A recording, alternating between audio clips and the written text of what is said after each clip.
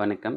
இன்றைக்கி நம்ம பார்க்க போகிற புத்தகம் என்னென்னு பார்த்தீங்கன்னா, வைரமுத்து எழுதி வெளிவந்த நேற்று போட்ட கோலங்கள் அப்படின்ற புத்தகம். இந்த புத்தகம் எதை பற்றி பேசுதுன்னு பார்த்தீங்கன்னா, அதாவது 80ஸில் வந்த பாடல்கள், அது உருவான விதம், அதுக்கு ஒரு பாட்டு உருவாகணும்னா அதுக்குன்னு ஒரு பிளாட் செட் ஆகணும்ல, அந்த பிளாட் எப்படி செட் ஆச்சு, அந்த டைரக்டர் வைரமுத்துக்கிட்ட எப்படி அப்ரோச் பண்ணாங்க, அவர் எப்படி புரிஞ்சுக்கிட்டு அந்த பாட்டை எழுதுனாங்க அப்படின்றத பற்றி இந்த புத்தகம் பேசுது. இதிலிருந்து கற்றுக்கிற மாதிரின்னு எதுவும் கிடையாது.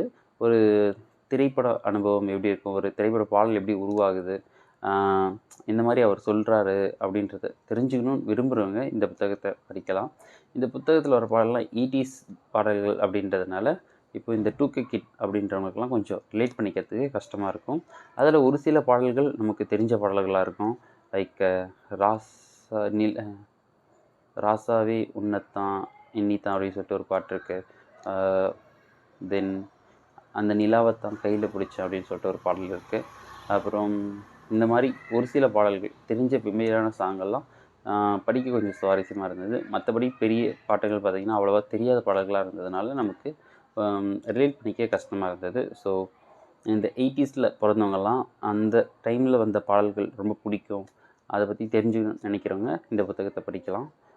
இல்லை அப்படின்னா வைரமுத்து எழுதிய நிறைய நல்ல புத்தகங்கள் இருக்குது. அந்த புத்தகத்தை மற்றவங்க ட்ரை பண்ணி பார்க்கலாம்.